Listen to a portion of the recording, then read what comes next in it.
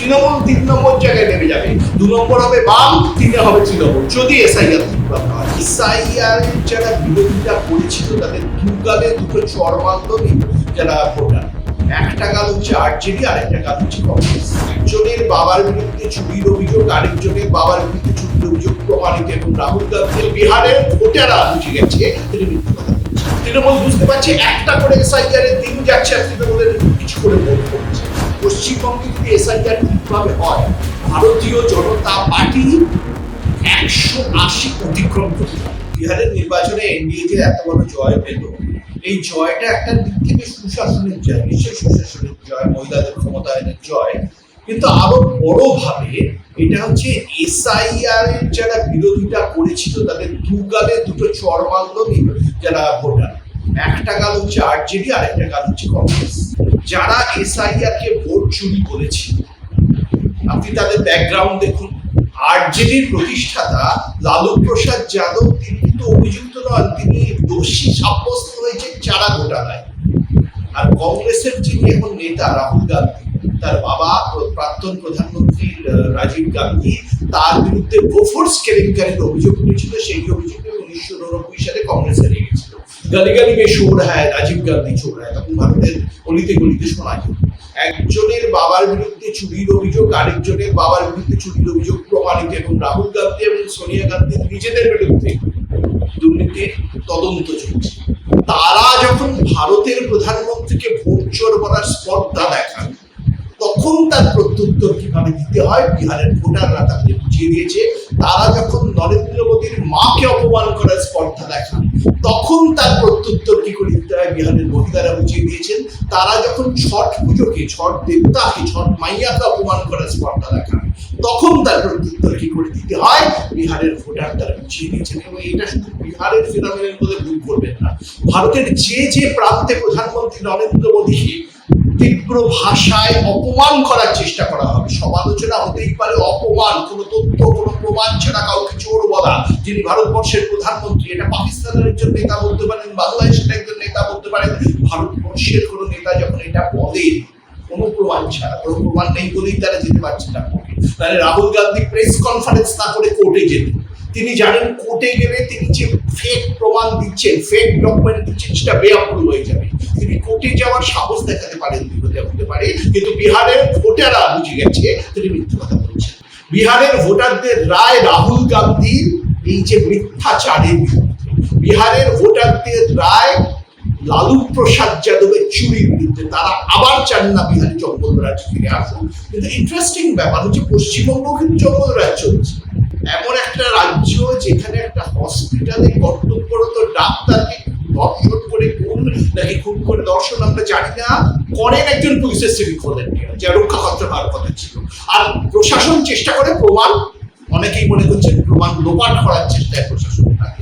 এমন একটা রাজ্য যখন ডাক্তারি কলেজের ছাত্রী ধর্ষিত হন, তখন তার দিকে আঙুল তুলে মুখ্যমন্ত্রী বলেন রাতে মেয়েদের বেরোনো উচিত নয়। কেন? তার ধর্ষণ করেছেন মুখ্যমন্ত্রীর ভোট ব্যাংকের লোকেরা। এটাই তো বাস্তব। এমন একটা রাজ্যে যখন হিন্দুরা আক্রান্ত হন, বাড়ি ছেড়ে চলে যান, মুখ্যমন্ত্রী সেখানে যাওয়ার প্রয়োজন মনে করেন না, কারণ আক্রমণ করেছে মুখ্যমন্ত্রীর ভোট ব্যাংকেরা। তো এই যে জঙ্গল রাজ চলছে এবং জঙ্গল রাজে কার্যত এখানে আমরা তো মা দুর্গার পুজো করি, ওষুধদের রাজত্ব চলছে। তো এইখানে দাঁড়িয়ে এমন একটা পরিস্থিতি হয়ে দাঁড়িয়েছে, বাংলার মানুষ বিহার যেটা করেছে সেটা কালকে করবে, এটা সময়ের অপেক্ষা। এটা বুঝতে পেরেই তৃণমূল ভয় পাচ্ছে। তৃণমূল বুঝতে পারছে একটা করে এসআইআর এর দিন যাচ্ছে আর তৃণমূলের কিছু করে ভোট করছে। তৃণমূল বুঝতে পারছে তাদের ভোট ব্যাংক হচ্ছে বাংলাদেশের অবৈধ অনুপ্রবেশকারীরা, যে ভোটটা কেটে দিলে তৃণমূল জিততে পারবে না। এই যে বিরাট জয়, এটা বিরাট জয় নয়, 43 লক্ষ ভোটের তফাৎ বিজেপি আর তৃণমূল 2024। আর বাংলাদেশের অবৈধ অনুপ্রবেশকারী 1 থেকে 1.5 কোটি বাদ যেতে পারে, যেটা অনেকেই বিশ্লেষকরা মনে করছেন। 1 থেকে 1.5 কোটি, যদি 1 থেকে 1.5 কোটি নাম সত্যি বাদ যায়, কম করে 1 কোটি বাদ যায়, তাহলে এই 43 লক্ষ ভোটের মার্জিনটা পুরো সাফ হয়ে যেতে পারে। এবং মানুষ যেভাবে মিথ্যাচার হয়েছে, যেভাবে ভারতের প্রধানমন্ত্রীকে অপমান করার স্পর্ধা দেখাচ্ছেন ভোট চোর বলে তৃণমূলের নেতারা, তার প্রত্যুত্তর বিহারেও দিয়েছেন, পশ্চিমবাংলাতেও দেবেন। এটা আমার বিশ্বাস, একজন বিশ্লেষক হিসেবে বিশ্বাস। বিহারে আমি বলেছিলাম এনডিএ 180-র বেশি আসন পেতে চলেছে, সমস্ত এক্সিট পোল ভোট 180-র বেশি আসন পেতে চলেছে।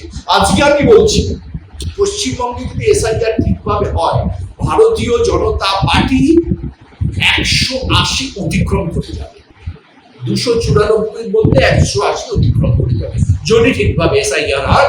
যেখানে যেখানে নাম কাটা যাবে সেখানে সেখানে ভারতীয় জনতা পার্টি জিতবে। যে বিহারে দেখুন এসআইআর হয়ে যে আসনে নাম কাটা গেছে সেই আসনে বিজেপি এবং জেডিইউ জিতেছে। অর্থাৎ স্পষ্ট হয়ে যাচ্ছে এই অবৈধ ভোটাররা হচ্ছে দুর্নীতিগ্রস্ত দল আরজেডি, যার প্রতিষ্ঠাতা ঘোষিতভাবে দুর্নীতিগ্রস্ত এবং দুর্নীতির কেন্দ্রভূমি ভারতবর্ষে কংগ্রেস। সেই কংগ্রেসের ভোটার, এটা খুব স্পষ্ট। বিরোধীরা যেতে অবৈধ অনুপ্রবেশকারীদের ভোটে, বিরোধীরা যেতে মৃত ভোটারদের ভোটে, এটা খুব স্পষ্ট। কারণ নরেন্দ্র মোদী বিজেপি এনডিএ কে হারানোর ম্যান্ডেট তাদের সামনে নেই।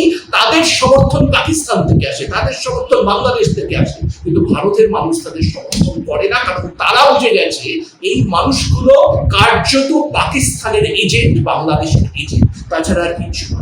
আপনি প্রশাসন দেখতে পান পশ্চিমবঙ্গে, তাহলে কলকাতার পুলিশ কমিশনার কেন তার পদত্যাগ করতে বাধ্য হলেন আরজি করে ঘটনার পর? কেন পুলিশ কমিশনারের বিরুদ্ধে এইভাবে প্রতিবাদের ঢেউ উঠেছিল সমাজে?